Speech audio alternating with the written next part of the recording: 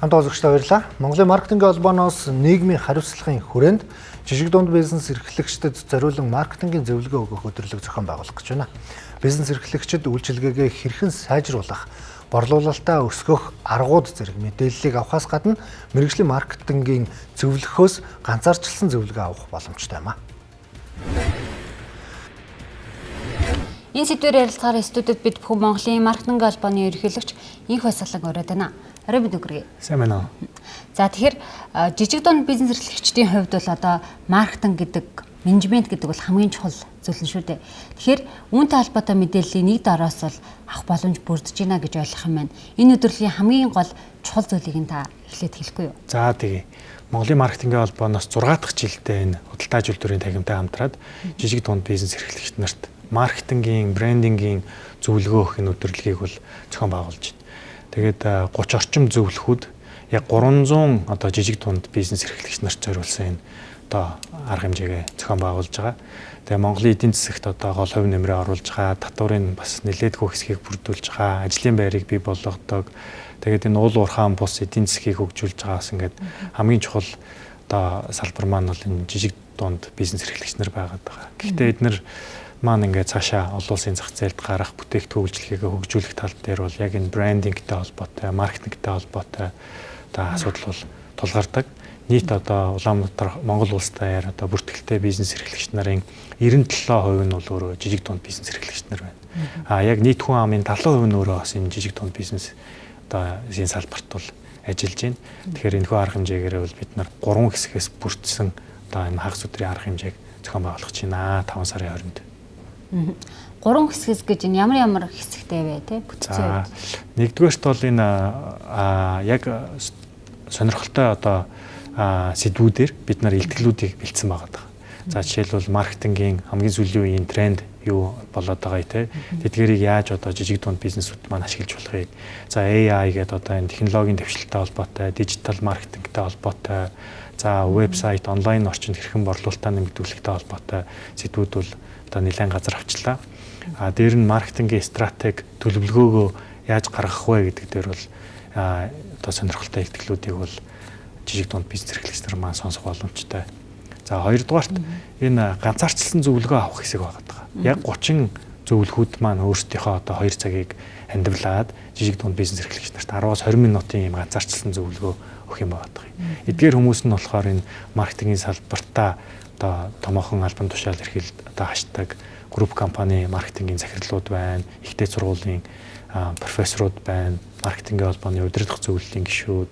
За энэ судалгаа, дизайн, маркетингийн зөвлөх үйлчилгээний компаниудын бас төлөөллүүд хүрэлцэн ирж үн төлбөргүйгээр зөвлөгөө өгөх учраас одоо нэлээд онцлогтой болж байгаа.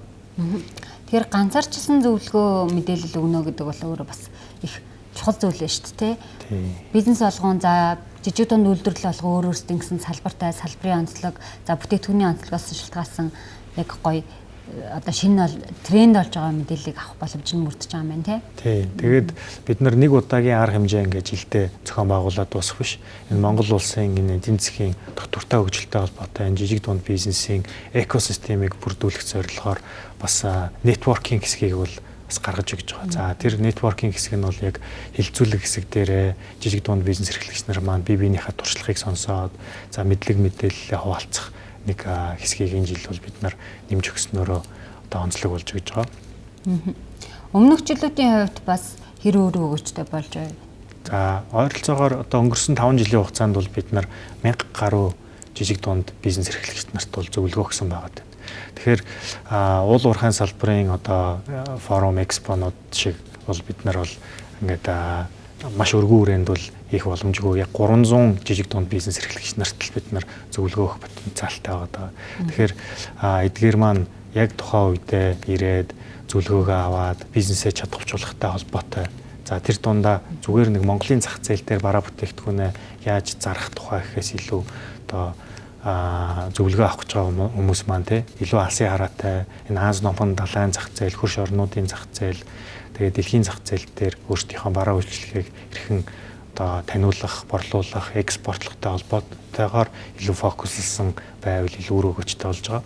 За түүнээс биш одоо юу гэдэг гаднаас одоо бараа оруулаад ирлээ. Яаж Монголын зах зээл дээр одоо зарах вэ гэдэг энэ импортын чиглэлийн бүтээгдэхүүн үйлчилгээнүүд бол зөндөө яригддаг. Тэр чиглэлийн бизнесүүд нь бараг зөвлөгөө авсаагүйгээр амжилттай борлуулагтай явж байгаа.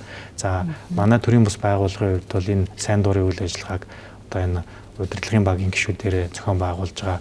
Энэ одоо хүч хөдөлмөрийн ард бол үндэсний брэнд гарч ирээсэ. Тэр нь өөрөө олон улсад танигдаасай.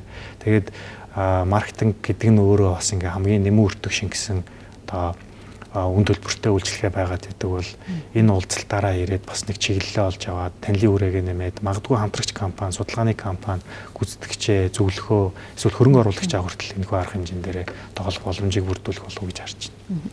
За тэгвэл одоо сонирхож байгаа жижиг дунд бизнес эрхлэгчдийн хувьд ямар байдлаар оролцох боломж нээлттэй вэ? Цахим хуудасны хувьд ч юм уу, бүртгэлийн хувьд? За бүртгэлээ болохоор Монголын маркетингийн холбооны Facebook хуудас байгаа. Тэрэн дээр жижиг дунд бизнес эрхлэгч нарт зөвлөгөө хөдөрлөг гэдэг одоо ивент үүссэн байгаа.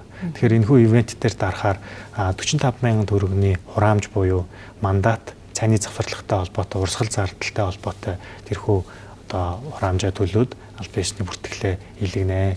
Тэгээд судлалын тоо маань одоо хязгаартайгаа учраас за бизнесүүд маань өмнөх жилүүдэд хөдөө орон нутгаас бол нэлээд бүр зорж ирээд оролцож байсан.